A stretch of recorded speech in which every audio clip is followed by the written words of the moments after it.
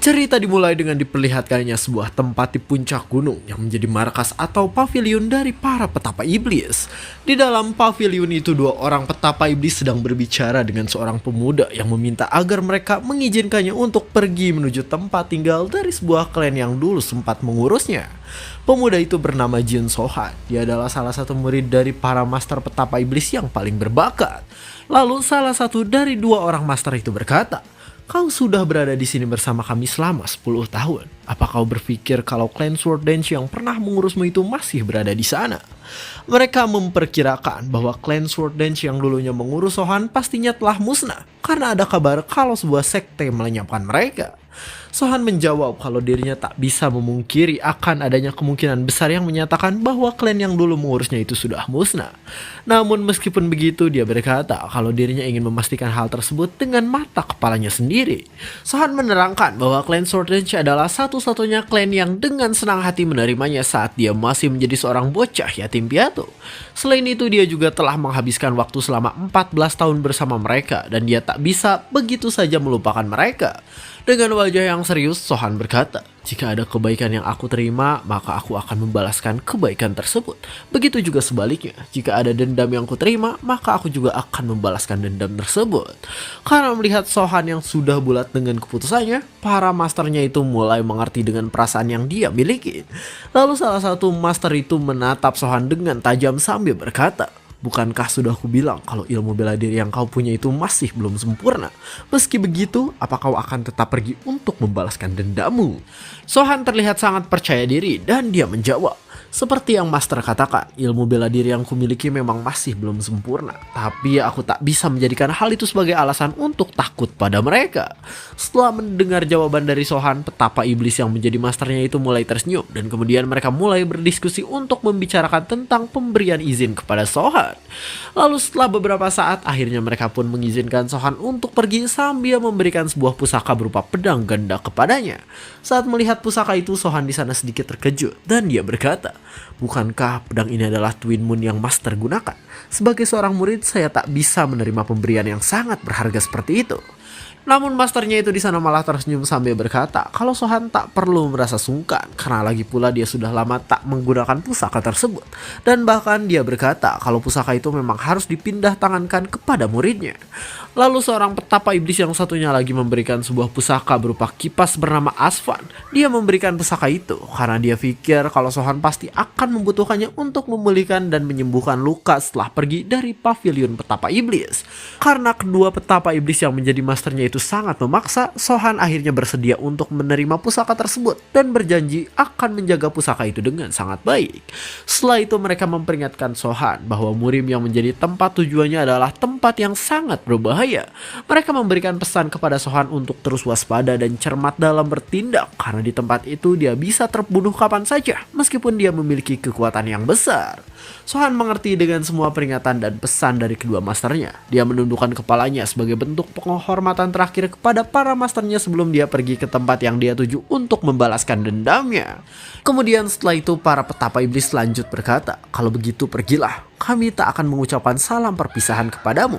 Namun daripada itu kami berharap kalau suatu saat nanti kami dapat mendengar berita mengenai prestasi dan ketenaranmu yang tersebar luas di seluruh dunia." Perpisahan di dalam sebuah ikatan yang mendalam pun terjadi antara Sohan dengan kedua master petapa iblis yang telah mengurus dan mengajarkan ilmu bela diri kepadanya selama kurang lebih 10 tahun. Halo semuanya, manhwa ini akan menceritakan seseorang yang memiliki ambisi besar untuk membalaskan dendamnya kepada sebuah sekte ganas yang membantai habis seluruh klannya. Dia mempelajari ilmu bela diri dan ilmu berpedang di sebuah tempat bernama Pavilion Petapa Iblis oleh dua orang masternya yang merupakan master di antara para master lain di Pavilion Petapa Iblis. Dia memiliki sebuah prinsip, yaitu jika ada seseorang yang berbuat baik kepadanya, maka dia harus membalas kebaikan tersebut. Begitupun sebaliknya, jika ada seseorang yang berbuat buruk padanya, maka dia juga akan membalaskan keburukan tersebut. Lalu bagaimana jika ada yang menyakiti hatinya? Apa dia akan balas juga? Waduh, bingung juga nih dia. Dan ya, tanpa banyak cincong lagi, mari kita langsung gaskan pada alur ceritanya. Cerita dimulai kembali dengan diperlihatkannya Sohan yang memberikan hormat di dalam pavilion sebagai bentuk terima kasihnya sebelum dia pergi menuju ke kota Murim yang merupakan tempat tujuannya. Setelah itu Sohan mulai turun dari gunung dan memulai perjalanan barunya untuk membalaskan dendam kepada sekte yang telah melenyapkan sebuah klan yang sangat baik kepadanya. Beberapa jam kemudian langit telah berubah menjadi gelap dan sekarang Sohan telah sampai di sebuah kota bernama Dark Road di provinsi Moon Lake. Di sana Sohan berdiri di depan gerbang yang menjadi pintu masuk ke kota itu sambil berkata bahwa klan Sword Edge dulunya tinggal di kota tersebut. Sohan mengingat semua perlakuan baik yang dia terima dari klan Sword Edge sampai dia bisa menikmati masa kecilnya meskipun dia adalah seorang yatim piatu. Semua orang dari Sword Edge sangat peduli padanya dan sejak dulu mereka tak pernah membeda-bedakan perlakuan mereka pada siapapun. Sambil berjalan masuk ke dalam gerbang itu, Sohan berharap setidaknya ada seseorang yang berhasil selamat dari klan Sword Edge. Dia melihat ke semua area di sekitarnya dan dia berpikir bahwa tempat itu sudah sangat berubah sejak terakhir kali dia melihatnya. Namun kemudian Sohan melihat ke arah sebuah kedai yang berada tidak jauh dari tempatnya berdiri saat ini. Dia mengingat bahwa kedai itu bernama Lost Man dan sudah ada sejak dirinya masih tinggal bersama klan Sword Edge. Karena menyadari bahwa satu-satunya tempat yang masih belum berubah adalah kedai itu, Sohan berniat untuk memulai pencariannya dengan mengulik informasi di kedai tersebut. Penampakan bagian dalam kedai itu sangat gelap dan di sana terlihat beberapa bangku kosong yang belum terisi oleh pelanggan. Lalu tiba-tiba Sohan membuka pintu dari kedai itu dengan keras tanpa mengucapkan sepatah kata pun. Sohan mengira kalau pemilik dari kedai itu masih sama dengan beberapa tahun yang lalu setelah dia melihat bahwa bagian dalam dari kedai itu masih sama persis dengan terakhir kali dia mengunjungi kedai itu. Tatapan semua orang yang ada di dalam kedai tersebut tiba-tiba berubah menjadi tajam saat mereka melihat Sohan yang masuk dengan seenaknya tanpa mengucapkan apapun. Dia berjalan di tengah orang-orang yang menatap tajam ke arahnya, walau sebenarnya dia sudah merasakan atmosfer tegang dari tatapan tajam para pelanggan yang ada di sana.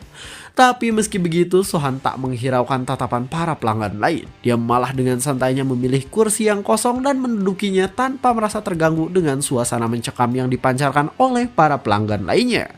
Lalu setelah itu, Sohan melirikan matanya untuk melihat dan memastikan orang-orang yang sedang menatapnya. Di sana tatapan orang-orang itu masih sangat tajam hingga bisa membuat orang yang ditatap oleh mereka merasa tidak nyaman. Tapi Sohan berbeda, alih-alih merasa takut dengan tatapan tajam dari para pelanggan lain, di sana ia malah tersenyum lega karena dia berpikir bahwa suasana barbar di kedai itu masih tetap sama seperti terakhir kali dia mengunjungi kedai itu beberapa tahun yang lalu. Tak lama kemudian, seseorang yang merupakan pemilik dari kedai itu mendatangi Sohan dan bertanya tentang menu apa yang ingin dia pesan.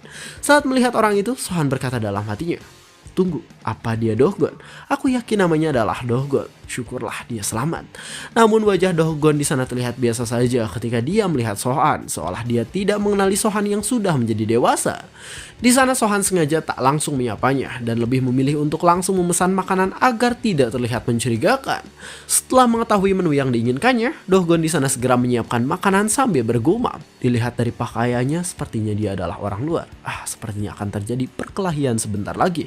Dasar merepotkan. Aku harap mereka tak melakukannya di dalam kedaiku. Ketika Sohan menunggu makanan yang dipesannya, seseorang dari kejauhan berteriak, "Bukan hanya pakaianmu saja, tapi pedangmu pun bahkan berwarna hitam. Apa maksudmu berkeliaran di tempat ini dengan pakaian seperti itu? Semua orang tahu bahwa warna hitam melambangkan sebuah tantangan. Apa kau bermaksud untuk menantang kami?" Dengan santainya Sohan menjawab tanpa memandang ke arah orang-orang itu. "Aku tidak bermaksud apa-apa. Aku hanya lupa dengan adanya anggapan seperti itu di tempat ini. Ini adalah satu-satunya pakaian yang aku miliki, jadi aku harap kalian bersedia untuk mengabaikan hal ini." Salah satu dari komplotan orang yang berteriak ke arah Sohan itu di sana mulai berdiri karena dia menganggap kalau Sohan sudah lancang dengan menjawab tanpa melakukan kontak mata. Tapi kemudian orang yang menegur Sohan itu di sana langsung menghentikannya dan menatap Sohan dengan mata yang tajam. Sohan masih terdiam tanpa melihat ke arah orang itu seolah dia tak menganggap kalau orang itu sedang mengancamnya. Lalu orang itu pun kembali berkata, "Kau tahu apa arti dari warna hitam, tapi kenapa kau masih datang ke tempat ini dengan penampilan seperti itu? Apa urusan yang membawamu sampai ke tempat ini?" Sohan di sana langsung menjawab dengan berkata, "Aku tak punya tujuan khusus. Di sini adalah kampung halamanku dan aku hanya kembali ke sini setelah bertahun-tahun aku meninggalkan tempat ini." Karena mendengar perkataan Sohan yang mengatakan kalau tempat itu adalah kampung halamannya, orang itu di sana kembali bertanya, "Aku tak mengingat ada wajah sepertimu di tempat ini. Di mana kau tinggal sebelumnya?" Sohan menjawab bahwa dirinya dulu tinggal di sebuah tempat yang berada tepat di depan kedai yang sedang mereka tempati sekarang. Lalu setelah mendengar hal itu, orang itu di sana teringat bahwa di depan kedai itu ada sebuah tempat bordil bernama Moon Knight. Kemudian ia berkata, "Apa kau berasal dari sebuah tempat bordil? Tapi kenapa penampilanmu sangat berbeda dengan orang-orang yang berasal dari tempat bordil itu?" Dua orang bawahan dari orang itu menghina Sohan yang bersifat songong setelah mereka mengetahui kalau ternyata Sohan hanya berasal dari sebuah rumah bordil.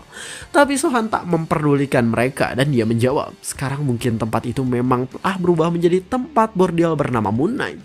Tapi bertahun-tahun yang lalu tempat itu adalah tempat tinggal milik Clan Sword Edge." Kemudian orang itu langsung menanggapi perkataan Sohan dengan berkata, "Clan Sword Edge? Apa yang kau maksud adalah sekelompok penari wanita yang menamai diri mereka dengan nama itu?" Saat mendengar perkataan dari orang itu, Sohan yang tadinya tidak sedikit pun melihat ke arah mereka, tiba-tiba langsung menatap tajam sambil berkata, "Bukan penari wanita, sialan. Mereka adalah Clan Sword Edge." Ketiga orang itu sempat terdiam sejenak setelah melihat tatapan tajam dari Sohan yang mengarah kepada mereka. Namun kemudian orang itu kembali berkata, "Memangnya apa bedanya? Bukankah Clan Sword Edge itu adalah kelompok penari wanita? Tapi ngomong-ngomong itu adalah nama yang sudah lama tidak kudengar." Sohan bertanya kepada mereka tentang apakah mereka mengetahui informasi terkait Clan Sword Edge yang dulunya pernah tinggal di kota tersebut.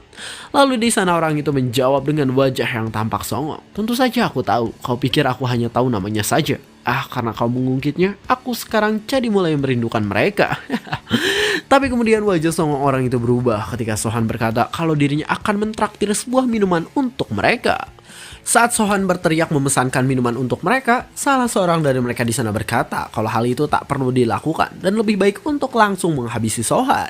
Namun bos mereka malah dengan senang hati menerima tawaran itu dan mulai mendatangi tempat Sohan sambil berkata, "Tidak apa. Dia bilang dia ingin mentraktir kita. Menolak kebaikan seseorang bukanlah hal yang seharusnya dilakukan oleh orang yang berasal dari kota ini."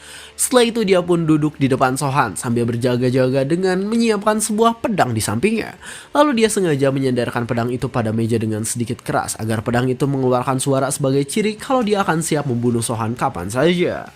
Namun di sana Sohan masih terlihat tenang dan orang itu di sana bergumam, "Dia sama sekali tidak terlihat gemetar walaupun dia sudah melihat senjataku.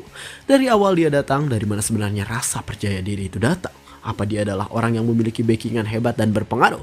Kalau benar begitu, maka akan sedikit sulit untuk merampoknya." Kemudian orang itu lanjut bertanya kepada Sohan untuk memastikan kalau dia tidak memiliki seorang bodyguard. "Sebenarnya kau berasal dari faksi kekuatan mana? Dari penampilanmu kau terlihat seperti seorang murid dari sebuah sekte besar yang terkenal." Sohan menjawab bahwa dirinya tidak berasal dari sekte manapun dan bahkan dia berkata kalau dirinya tak punya ketertarikan dengan tempat dan pihak manapun. Setelah mendengar jawaban itu, orang itu di sana mulai berpikir karena dia sedikit meragukan perkataan Sohan. Namun kemudian dia tersenyum saat dia berpikir kalau Sohan ternyata hanyalah seorang petualang biasa dan akan sangat mudah untuk dirampok. Setelah itu dia memanggil Dohgon dengan berteriak, "Dohgon, apa yang sedang kamu lakukan, sialan? Cepat bawakan minuman itu kemari sekarang juga." Dohgon segera datang ke meja Sohan untuk membawakan sebotol minuman kepada orang itu. Sedangkan di sisi lain Sohan bergumam, "Oh, ternyata dia benar-benar Dohgon yang ku kenal." Sohan kemudian menyerahkan minuman yang dibelinya kepada orang itu sambil berkata bahwa minuman itu dia berikan sebagai bayaran untuk sebuah informasi yang akan dia dapatkan dari cerita orang itu. Di tengah Sohan yang sedang menuangkan minumannya, orang itu di sana berkata, "Bayaran atas ceritaku ya? Kalau begitu cerita apa yang ingin kau dengar?" Setelah selesai menuangkan minuman, Sohan menjawab kalau dirinya ingin mengetahui cerita tentang Clan Sword Edge. Sebelum menjawab pertanyaan Sohan, orang itu menanyakan alasan yang membuat Sohan sangat tertarik kepada klan itu sampai dia ingin mendengarkan cerita tentang mereka. Sohan menjawab kalau dirinya sangat penasaran dengan sebuah klan yang dulunya sangat terkenal, tiba-tiba menghilang tanpa meninggalkan sebuah jejak. Karena mendengar perkataan Sohan, orang itu mulai percaya kalau Sohan memang berasal dari kota itu dan dia ingin memastikan dengan berkata, "Sudah lama aku tak mendengar nama dari Clan Sword Edge itu. Apa kau juga tahu kalau di sini ada sebuah sekte bernama Asblood?" Sohan menjawab bahwa dia juga tahu tentang sekte bernama Asblood tersebut. Sekte Asblood adalah salah satu sekte kriminal terbesar yang beroperasi di wilayah Western Dark. 10 tahun yang lalu, sekte Asblood mencoba untuk menjalin sebuah hubungan dengan Clan Sword Edge karena mereka tertarik dengan julukan klan itu yang selalu memiliki wanita cantik di dalamnya. Saat ini sekte Asblood telah menjadi penguasa wilayah Western Dark, tapi dulunya sebelumnya mereka bukanlah seorang penguasa. 10 tahun yang lalu, klan Sworddance menolak permintaan mereka dan bersusah payah untuk melawan demi bisa mengusir mereka dari wilayah Western Dark. Namun sekte S-Blood tetap bersikeras sampai akhirnya mereka mengarang sebuah cerita agar mereka memiliki sebuah alasan untuk menyerang dan membantai seluruh anggota Sworddance. Mereka sengaja meracuni bawahan mereka sendiri, lalu menumpahkan kesalahan itu kepada klan Sworddance sebagai dalih mereka untuk memulai sebuah peperangan. Setelah itu pertempuran besar pun terjadi, klan Sworddance berhasil diruntuhkan dan penguasaan dari wilayah Western Dark terpaksa dialihkan pada sekte S-Blood. Sohan mulai meragukan rumor tentang klan Sworddance yang dikabarkan telah kehilangan seluruh anggotanya karena tewas dalam pertempuran tersebut. Lalu Sohan mengira kalau mungkin saja masih ada orang dari klan itu yang berhasil selamat. Dia berpikir kalau ketua dari sekte S-Blood telah berhasil mengambil para wanita yang telah dia incar dan menyembunyikan mereka di suatu tempat hingga kabar mereka tak diketahui dan dianggap telah mati. Saat memikirkan semua kemungkinan itu, tiba-tiba sebuah aura mengerikan keluar dari tubuh Sohan seakan dirinya menyimpan dendam yang sangat besar kepada sekte S-Blood. Aura mencekam yang keluar dari tubuhnya itu dirasakan oleh si bos yang ditraktir minuman olehnya. Dan di sana dia berpikir kalau ada sesuatu yang tidak beres terjadi setelah Sohan terdiam sejenak. Karena tak tahan dengan aura mencekam yang Sohan pancarkan, orang itu mulai ketakutan dan berkata kalau dirinya harus segera pergi ke suatu tempat karena dirinya telah menghabiskan minuman yang diberikan oleh Sohan kepadanya. Namun di sana Sohan dengan wajah seriusnya berkata kalau dia tak mengizinkan orang itu pergi dari hadapannya. Lalu dengan tatapan mata yang tajam dia berkata, apakah berasal dari sekte S-Blood? Sontak ketiga orang yang bersekongkol itu terkejut karena Sohan yang tiba-tiba berkata seperti itu kepada mereka. Padahal mereka sama sekali tak pernah mengatakan tentang dari mana sekte mereka berasal. Si bos itu di sana kemudian menelan ludahnya sendiri dan dengan wajah yang sangat pucat dia menjawab, apa maksudmu? Baik aku maupun dua orang bawahanku, kami tidak terikat dengan sekte S-Blood. Dua orang bawahannya itu seketika bangun dari tempat duduk mereka. Karena mereka tak mengerti dengan maksud dari si bos yang tiba-tiba mengatakan kalau mereka tidak berasal dari sekte S-Blood. Si bos itu meminta kedua bawahannya untuk diam, namun mereka di sana berkata, bagaimana aku bisa diam saja setelah melihat sifat songong dari si bajingan itu. Salah satu dari kedua orang itu kemudian mencoba memprovokasi Sohan dengan berkata kalau mereka mengetahui sedikit informasi tentang klan Sworddance. Wajah dari si bos semakin kepanikan saat kedua orang itu menyebutkan nama Du Hyang yang berasal dari klan Sworddance. Lalu di sana dia meminta kedua orang itu untuk segera menutup mulut mereka karena dia sudah mulai merasakan aura yang sangat menakutkan dari tubuh Sohan. Tapi kedua orang itu masih tetap ngeyel. Mereka tak memperdulikan perkataan dari si bos dan mereka malah tetap memprovokasi Sohan dengan mengatakan semua yang mereka ketahui tentang klan Sworddance. Spontan si bos itu di sana langsung membantingkan kursi yang ada di sampingnya dan menghentikan ocehan mereka yang berusaha untuk memprovokasi Sohan. Mereka berdua sangat kebingungan dengan tingkah laku dari si bos yang tiba-tiba terlihat ketakutan untuk bertarung dengan orang lain yang menjadi target perampokannya. Tapi di sana si bos itu berkata kalau dirinya akan membicarakan soal alasannya melakukan hal itu setelah mereka bisa keluar dari kedai. Lalu tiba-tiba wajahnya kembali berubah menjadi sangat ketakutan saat Sohan mendadak berkata sambil menuangkan sebuah minuman. Du Hyang ya, dia memang wanita yang sangat cantik. Wajah dari si bos itu tak bisa berhenti mengeluarkan keringat karena dia merasa ketakutan dengan aura mencekam yang dipancarkan oleh Sohan dari dalam tubuhnya. Namun kedua orang bawahannya itu tak bisa merasakan aura tersebut. Mereka malah terus memprovokasi Sohan dengan berkata kalau perempuan bernama Du Hyang itu adalah sesuatu dengan tingkat kualitas yang berbeda dibanding wanita cantik lainnya. Suara tetesan air dari Sohan yang sedang menuangkan minuman itu terdengar sangat jelas oleh si bos. Dia semakin ketakutan sampai tak bisa memejamkan matanya karena dia berpikir kalau Sohan adalah pria yang sangat berbahaya. Dia mencoba mencari sebuah alasan dengan menyebut kalau dua orang bawahannya itu sedang mabuk agar dia bersama dengan kedua orang itu bisa keluar dengan selamat dari kedai yang mereka tempati saat ini. Tapi kemudian sesuatu yang kecepatannya menyerupai sebuah peluru tiba-tiba mengenai tengkorak dari dua orang bawahannya yang terus-menerus memprovokasi Sohan hingga mereka tewas seketika.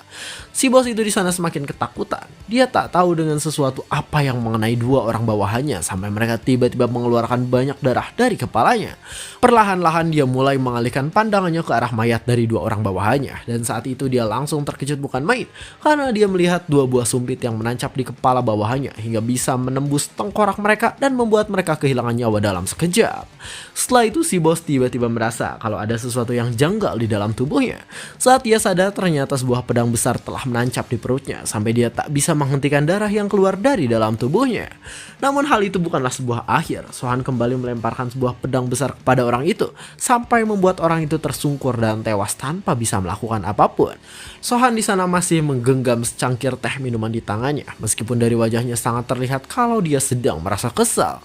Setelah itu Sohan menggeprak meja kedai dengan sangat keras untuk melampiaskan kekesalan yang ia rasakan. Dan kemudian dia berkata sambil diselimuti oleh aura mencekam, "Dasar para babi sialan, berani-beraninya mereka memperlakukan Clan Sword Dance seperti itu." Dan cerita pun bersambung. Pembahasan dendam baru akan dimulai guys. Gimana nih menurut kalian? Coba kasih tahu di kolom komentar ya guys. Menurut kalian gimana? Seru gak? Komen-komen di bawah. Kami dari Saratusan Cerita Official, jangan lupa like, comment, subscribe, dan share ke teman-temannya. Terima kasih telah menonton sampai akhir dan sampai jumpa di kesempatan berikutnya.